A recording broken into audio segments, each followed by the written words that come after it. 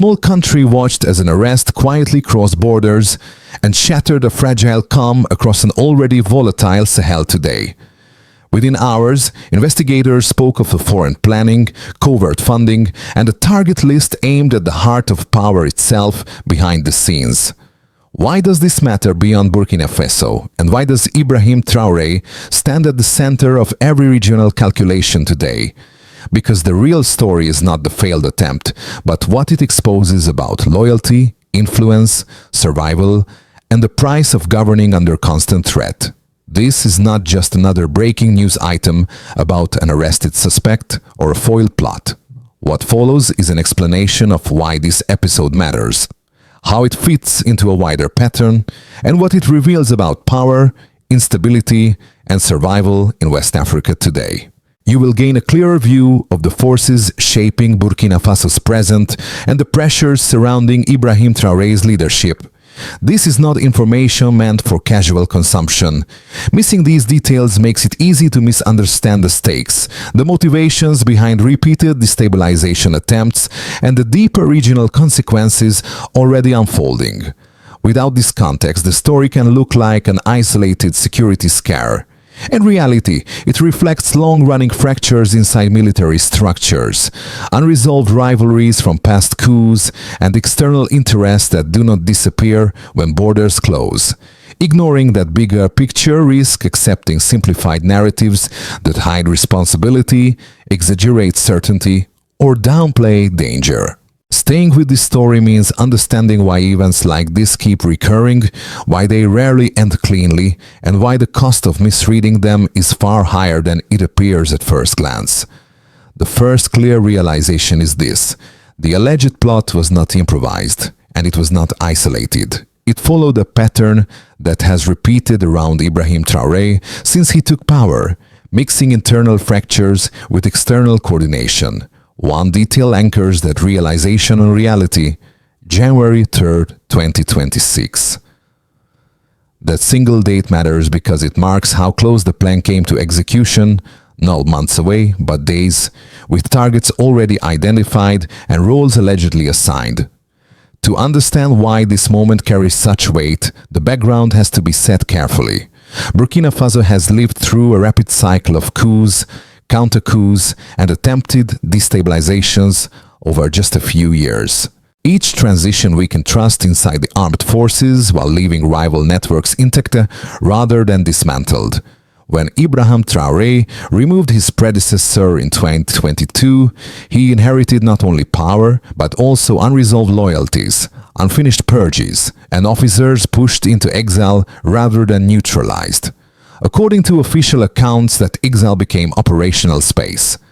Planning is said to have continued outside the country, crossing borders with relative ease. Funding allegedly moved in fragments, small enough to avoid attention, large enough to matter. Recruitment reportedly reached both civilians and active personnel, suggesting access to sensitive structures rather than random support. The seriousness escalated when investigators claimed the plan included disabling a key drone base. That detail shifts the story from symbolic violence to strategic intent. A successful strike there would not just remove individuals, it would blunt counterinsurgency capacity at a critical moment. The first groups affected would not have been politicians or generals. Frontline units, already stretched thin, would have faced immediate operational risk. Civilians living amid insecurity would have absorbed the shock next. This is why the episode cannot be dismissed as another rumor of unrest. It reinforces the sense that leadership under Ibrahim Traoré operates under constant pressure, where governance, security, and survival are tightly bound together. At this stage, the story stops being only about an interrupted plot and starts to revolve around interpretation and guidance. The guiding figure here is not a single commentator, but the convergence of official investigators, regional analysts, and security observers who have tracked Burkina Faso's instability over time. Their shared assessment carries weight because it draws on repeated patterns rather than one dramatic headline. From that perspective, the early impact of this episode becomes clearer. Analysts point out that the alleged planners did not act in a vacuum. They exploited gaps left by earlier transitions and the absence of full institutional consolidation after successive coups. One former security official, speaking broadly about similar cases, noted that exile rarely ends influence, it merely relocates it. That observation fits uncomfortably well with claims that coordination continued across borders while remaining connected to insiders. A first early signal came from how quickly authorities moved to publicize arrests and confessions. This was not simply about law enforcement, it was about reassurance. By communicating speed and control, the leadership aimed to prevent panic inside the ranks and among the population. Such messaging suggests awareness that morale, not just force, is a critical battlefield. A second confirmation followed in regional reactions.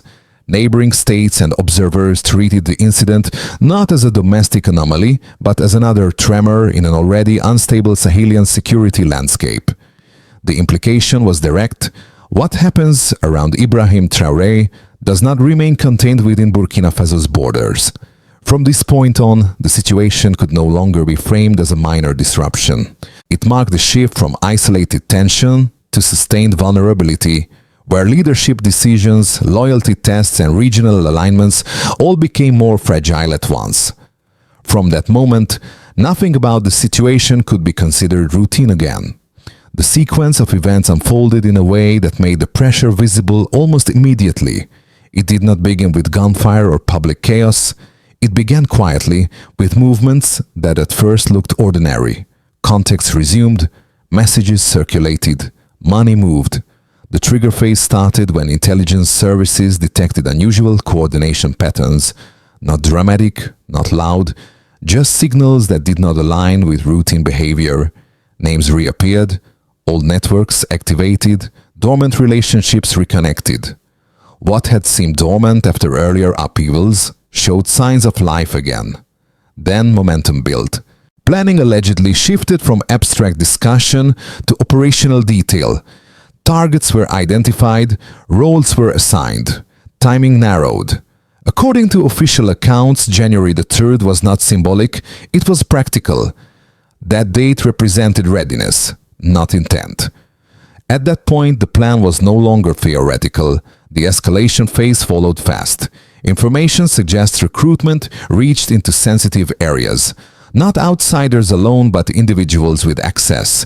Funds reportedly arrived in increments designed to avoid detection while sustaining coordination. Communications moved through encrypted channels. Each step reduced the margin for error and increased potential damage. Pressure intensified when the alleged focus expanded beyond individuals. Attention turned to infrastructure.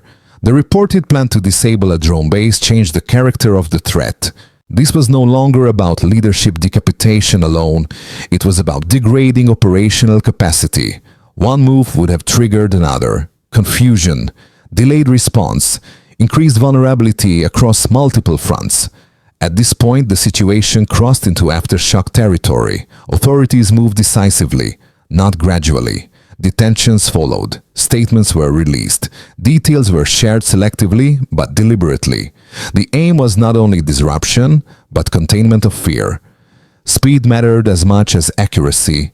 The aftermath revealed lingering consequences. Trust inside the military faced another test. Every arrest raised questions about who knew what and when. Each confession hinted at deeper fractures. For the public, reassurance competed with fatigue. Repeated plots blur together, but their cumulative weight grows heavier. Regionally, the shockwaves extended outward. Accusations involving neighboring states reactivated diplomatic sensitivities. Old grievances resurfaced. Security cooperation became more cautious.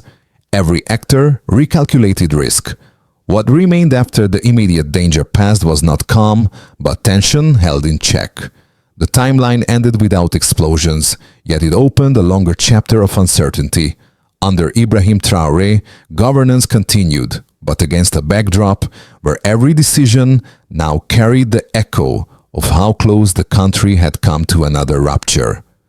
At this point, the discussion has to shift from narrative to measurement. Baseline conditions matter because without them, change looks abstract rather than consequential. Under Ibrahim Traoré, the security environment did not begin at zero. It evolved from years of repeated shocks, and the numbers show how compressed that evolution has been. One figure sets the scale of political instability. Burkina Faso has experienced 3 coup attempts or successful seizures of power in roughly 4 years. That pace alone explains why institutions struggle to reset, because each transition interrupts command chains and rebuilds trust only partially before the next rupture appears. A second number captures intensity rather than frequency. Since taking power, authorities say Ibrahim Traoré has survived at least 18 assassination or coup attempts, even if treated cautiously. That figure signals a delta from normal governance, where leadership risk is episodic, not continuous. The shift is from occasional threats to permanent alert, altering how decisions are made, communicated, and enforced. Funding details add another layer of scale. Investigators reported that one participating officer received close to $15,000 for his role. On its own, that sum is modest. Its significance lies in what it represents. Payments small enough to move quietly, yet large enough to motivate action within a low-income military context. That pattern becomes clearer with the next figure. Authorities allege that roughly $125,000 flowed from external sources connected to the plot. This is not the budget of a large operation, but it is sufficient to coordinate travel, communications, recruitment, and logistics across borders. The delta here is from spontaneous descent to organized destabilization. Timing provides another measurable dimension. The plan was reportedly set for January 3, 2026. This matters because it narrows the window between planning and execution to days rather than months. A shorter timeline reduces opportunities for detection and increases the likelihood of operational success if not interrupted. Infrastructure targeting also has a numeric logic. Disabling a single drone base would not collapse national defense, but it would remove a critical surveillance and response node. The effect is multiplicative. Fewer eyes, slower reaction, higher exposure for frontline units and civilians alike. When these numbers are placed side by side, a pattern emerges. Frequent attempts, compressed timelines, limited but sufficient funding, and repeated institutional shocks reinforce one another. None of these figures alone proves inevitability. Together, they describe an environment where stability requires constant effort rather than periodic correction. The human impact is embedded in those figures. Every disrupted command cycle strains morale. Every exposed base increases risk for soldiers on patrol. Every diverted resource narrows space for social services already under pressure. The weight of the evidence does not point to a single villain or a single solution. It points to accumulated vulnerability. Measured this way, the foiled plot is less an exception than another data point in a longer series. What these numbers ultimately show is not just how close the country came to a disruption, but how thin the margin for error has become. Any serious analysis has to acknowledge that not everyone interprets these events the same way. There are observers who argue that repeated plot claims are overstated, politicized, or framed to consolidate authority during a fragile transition. That view deserves to be presented clearly, not dismissed, because it reflects concerns about transparency and power concentration. The first opposing argument focuses on governance under emergency conditions. Critics say that a constant emphasis on threats can justify prolonged restrictions, reduced media space, and limited dissent. From this perspective, announcing plots and arrests reinforces a narrative of siege that makes alternative political voices appear irresponsible or dangerous. The concern is not that threats never exist, but that their presentation shapes public perception in ways that favor those in power. A second argument centers on institutional credibility. Skeptics note that many details come from official statements rather than independent investigations. They warn that confessions, funding figures, and foreign links can be difficult to verify externally. In fragile states, they argue, security narratives sometimes fill gaps where judicial processes remain opaque, making it hard to separate genuine prevention from political messaging. These arguments gain strength because Burkina Faso has a history of abrupt power shifts. Each transition leaves scars, and skepticism becomes a rational response to uncertainty.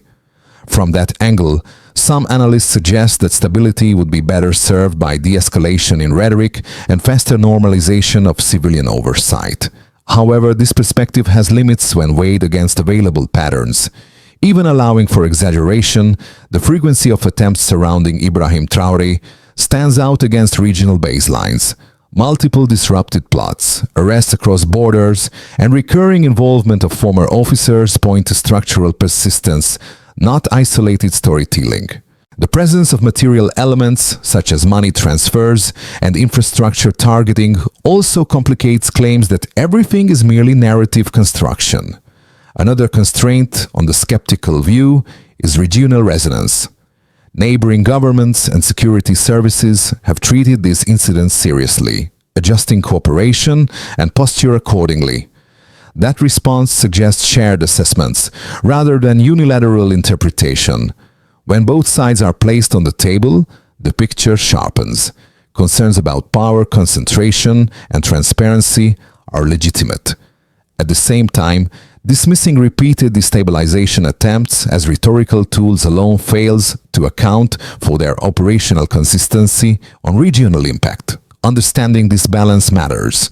It moves the discussion away from choosing sides and toward recognizing the tension between security imperatives and political accountability in a system under strain. Everything shifted in a single moment. What changed the trajectory was not another arrest or accusation, but the realization that prevention itself had become routine. When authorities framed the disrupted plot as the third attempted coup in 4 years, it reframed the entire situation from crisis management to permanent condition. This was no longer about responding to exceptional danger. It was about governing within it. That reframing altered how actions around Ibrahim Traoré were interpreted. Security measures stopped looking temporary and began to resemble a standing framework. Public communication moved from reassurance toward normalization, signaling that threat awareness was now part of daily political life. In effect, instability was no longer treated as a deviation, but as an environment to be managed. The implications ran deeper than messaging. Once repeated plots are absorbed into routine governance, the line between emergency response and standard authority blurs.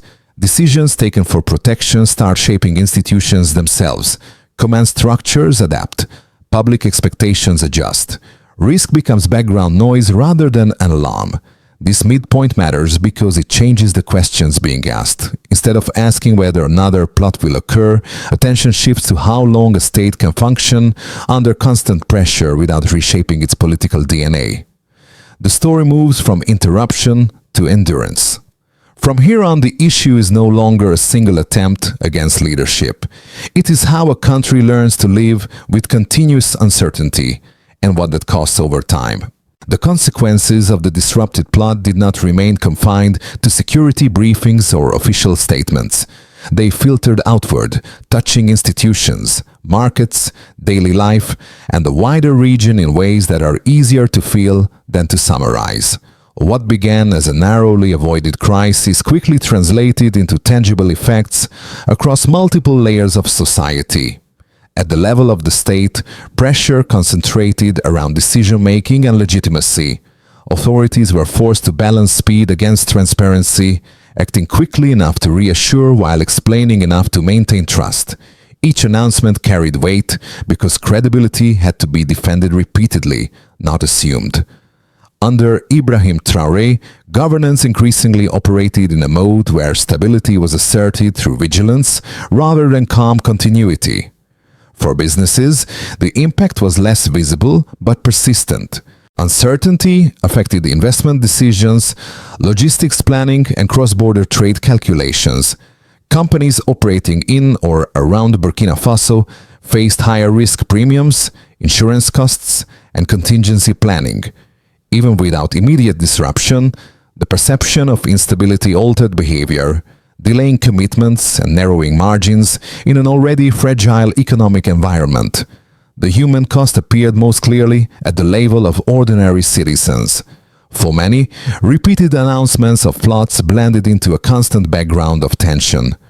Daily routines continued, but with an undercurrent of anxiety about what might come next. Security checkpoints, military presence, and emergency messaging shaped public space, subtly reminding people that normality was conditional rather than guaranteed. Social trust also absorbed strain. When arrests follow allegations of insider involvement, suspicion spreads quietly. Communities wonder who can be relied upon, and institutions feel the pressure of internal doubt. This erosion does not happen overnight, but it accumulates, affecting morale and cohesion in ways that statistics rarely capture. Beyond national borders, the repercussions widen further. Neighboring states reassess their own exposure to similar dynamics, tightening cooperation while guarding sovereignty. Accusations involving external funding and cross-border coordination complicated diplomatic relationships, especially where past alliances already carried tension. The Sahel's interconnected security landscape meant that developments in Ouagadougou resonated well beyond Burkina Faso itself. For regional actors, the situation reinforced a broader pattern. Leadership changes, military influence, and foreign alignments in one country quickly influence calculations in others. The experience surrounding Ibrahim Traoré became a reference point, shaping how future risks were evaluated across West Africa. Taken together, these effects illustrate why the failed plot mattered even without violence. The state felt pressure at the top, the economy adjusted at the margins, citizens carried emotional weight, and the region recalibrated its posture. No single group stood outside the consequences. The central realization is simple but heavy. Once instability reaches this level of reach, it no longer belongs to one institution or one leader. It becomes a shared condition, shaping choices across society, whether people consent to it or not. The most likely path forward is not dramatic collapse or sudden resolution, but controlled volatility. In this base scenario, security pressure remains high, while institutions adapt to operating under continuous alert. Plots are disrupted early, arrests continue, and governance under Ibrahim Traoré stays centralized to reduce reaction time. Stability holds, but it feels tense rather than settled, with progress measured in avoided disasters instead of visible calm. Economic activity in this scenario neither crashes nor rebounds sharply. Businesses adjust expectations, build buffers, and price in uncertainty as a constant factor. Regional cooperation continues cautiously, shaped more by risk management than trust. Life moves forward, but always with an awareness that conditions can shift quickly. The optimistic scenario depends on consolidation rather than force alone. Here, improved intelligence coordination, clearer chains of command, and selective normalization begin to reduce internal fractures. Cross-border tensions ease as allegations give way to structured security dialogue. Public communication becomes more transparent, slowly rebuilding confidence without lowering vigilance.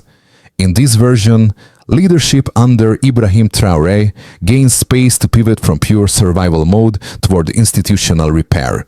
Signs of improvement in this scenario are incremental, not symbolic.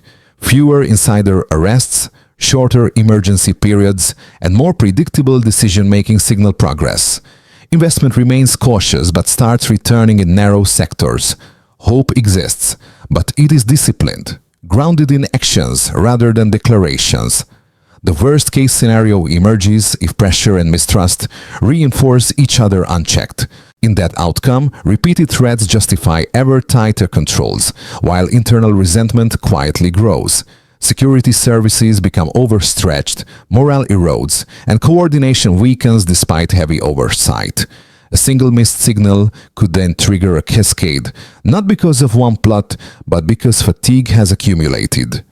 Regionally, this scenario risks contagion. Neighboring states respond defensively, alliances harden, and diplomatic space shrinks. Economic strain deepens as borders and supply chains face new friction. The cost is not immediate collapse, but slow degradation that is harder to reverse. Across all three scenarios, one principle remains consistent. The future does not hinge on predicting which path will occur, but on preparing for all of them simultaneously. Resilience, not certainty, becomes the strategic goal. In an environment this compressed, the most dangerous assumption is that today's balance will simply hold on its own. After following the full arc of this story, the question naturally shifts from institutions to individuals. What does all of this mean for the person watching, listening, or trying to make sense of events beyond headlines and alerts? This is where the narrative stops being distant and starts becoming personal. For viewers who actively track regional politics and security, this situation offers both insight and responsibility. Understanding patterns rather than reacting to isolated news provides an advantage, but it also requires discipline, because constant updates can distort perception if they are not weighed carefully. Staying informed matters, yet so does resisting the pull of urgency-driven conclusions. For those indirectly affected, the impact is quieter, but no less real. Economic uncertainty, shifts in regional stability, and changes in international relationships often reach people through jobs, prices, and long-term prospects rather than sudden shocks. Even without direct involvement, these pressures shape planning, expectations, and emotional well-being. Preparation here is less about action and more about awareness and adaptability.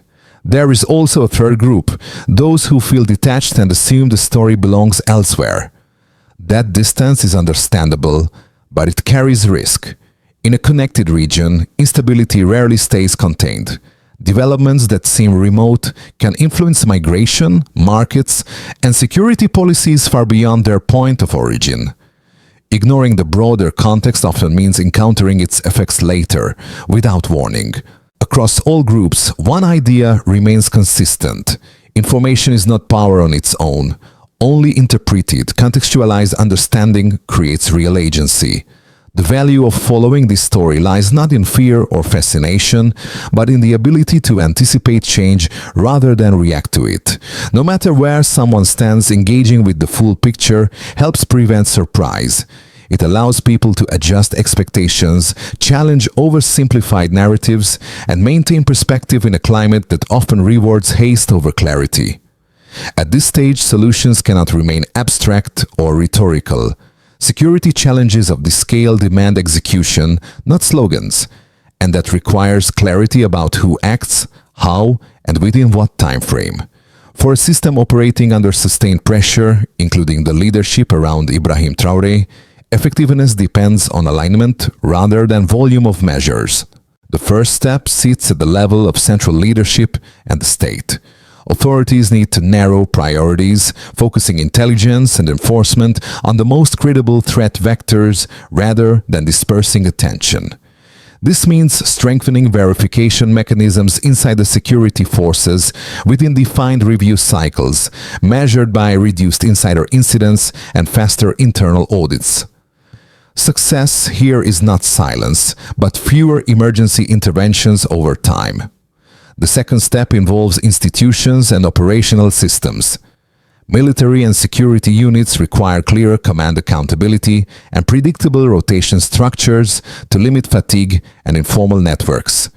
Coordination with judicial bodies must improve, so arrests translate into credible processes rather than lingering uncertainty. Progress can be measured through case resolution timelines and transparency benchmarks, not public declarations. The third step rests with society and communities. Citizens cannot be treated only as passive recipients of security decisions. Clear communication, limited but honest, helps prevent rumor-driven anxiety and rebuilds trust gradually. Here, success shows up as compliance without coercion and public behavior stabilizing rather than hardening. A fourth, reinforcing step lies at the regional level. Structured dialogue with neighbors, even amid tension, reduces miscalculation. Joint monitoring mechanisms and narrowly defined cooperation channels matter more than broad political statements. Their effectiveness can be measured by fewer cross-border accusations escalating into diplomatic standoffs. The final step is endurance, None of these measures resolve instability quickly. They only reduce its capacity to spiral. Implementation, not intent, determines whether pressure eases or compounds. In the end, the decisive factor is follow-through. Plans only matter if they are sustained beyond headlines. In an environment this fragile, consistency becomes the most meaningful form of leadership. It is worth returning to the guiding image introduced earlier, when analysts spoke of leadership under pressure rather than leadership at rest. That image now carries more weight after tracing the full arc of events, from the disrupted plot to its wider consequences. It frames the experience not as a single crisis, but as a prolonged test of endurance. Placed back into that context, the path taken by Ibrahim Traoré looks less like a series of reactions and more like a continuous negotiation with risk. From the first warnings to the latest arrests, each decision has been made in a space where delay carries its own danger. The journey has moved from sudden takeover, through repeated threats, toward a form of governance shaped by constant alertness. For the viewer, this realization marks a quiet shift. What once appeared as scattered news items now aligns into a single trajectory. The story becomes not only about who plotted or who was arrested, but about how a country adapts when uncertainty stops being temporary. There is an emotional weight in recognizing that adaptation is not neutral. It demands resilience from institutions, patience from citizens, and restraint from those holding power. It also leaves little room for error because fatigue accumulates even when catastrophe is avoided. The final realization settles slowly. This is not merely a story about an attempted assassination or a failed coup. It is a story about choice under pressure and the long shadow those choices cast. From here on, the direction taken will shape more than leadership alone. As this story comes to a close, it is worth slowing down rather than rushing past it. Everyone who followed this analysis will take away something different, shaped by their own concerns, experiences, and expectations. That diversity of reaction is not a weakness. It is what keeps discussion grounded and meaningful. If this account helped clarify how fragile stability can be, it may be worth sharing that understanding with others who rely on surface headlines alone. Not to persuade and not to alarm, but to widen the space for informed conversation. Complex situations rarely improve when they are reduced to slogans or single explanations. What matters most now is reflection. Events like these are not only about security failures avoided, but about the long-term choices societies make when pressure becomes constant. How people interpret those choices influences how leaders are held accountable and how institutions evolve over time. Rather than closing the topic, this moment opens a dialogue. The future remains uncertain, but awareness shapes how uncertainty is handled. Thoughtful attention today often prevents shock tomorrow. So the question is not whether this story is finished. It is whether the lessons drawn from it will be carried forward. From your perspective, what do you think is the most important issue that deserves closer attention next?